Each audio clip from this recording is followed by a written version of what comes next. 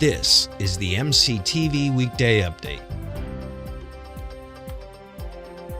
Hello and welcome to today's edition of the MCTV Weekday Update. I'm Brad Cesak. Texas Tech will play a couple of Thursday night games this fall, including a Thanksgiving Day game against UT, but that game will be in Austin. The Big 12 opener against TCU will be right here at Jones AT&T Stadium on a Thursday night. And as reporter Clay Elmore found out, that just might cause some parking and traffic headaches. Every home football game in the fall, this parking lot here in front of Jones AT&T Stadium is full of fans and tailgaters getting ready to cheer on the Red Raiders. With every home game being on Saturdays, tailgaters who pay hundreds of dollars have access to their spots come Friday nights. This will cause a conflict this fall between students who park here for classes and tailgaters getting ready for the game, as Tech plays TCU on a Thursday night, September the 12th. With the annual Red and Black game this Saturday, excitement is starting to build for next football season. Stacey Montebias, the marketing coordinator for University Parking Services, said discussions are still confidential, but that they are trying to accommodate everyone. Some of our main concerns, though, are first of all, public safety. We're going to have a different traffic flow that day than we normally do for a Saturday. We're going to be balancing the needs of our faculty, staff, and students who are here working that day with the different fans that will be coming to the football game. Montebias said they are working with other university departments on how to handle this situation, and that they have also spoken with other universities around the country. We found that other universities that are similar in size to us have done Thursday games before.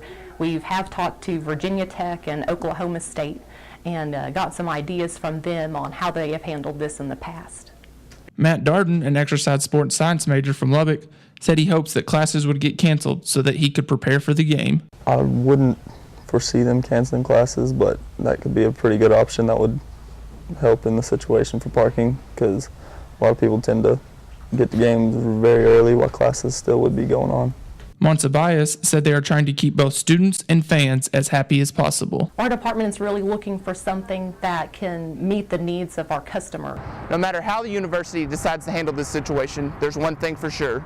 If the Red Raiders are playing, fans will be here. I'm Clay Elmore for MCTV. The annual spring football game kicked off Saturday at the Jones, and there's clearly a lot of excitement about Cliff Kingsbury and the other new coaches and players. Tech Athletics reports that more than 16,000 fans showed up to watch, a new record for the spring game. Kingsbury is mostly known for being a quarterback and offensive coordinator, but it was his defense stealing the show Saturday. Thanks to a modified scoring system, the D beat the offense 34-28. Sophomore quarterback Michael Brewer threw for 282 yards. Tech baseball had been having some trouble scoring runs, but they took care of that Sunday afternoon, knocking in 12 unanswered runs against Kansas. The Raiders had lost 9 games in a row before Sunday's 16-5 win here at Rip Griffin Park. The Raiders are now 18-22 on the season. And we're looking at another weird week in weather. We'll be close to 90 today, then freezing just a day later.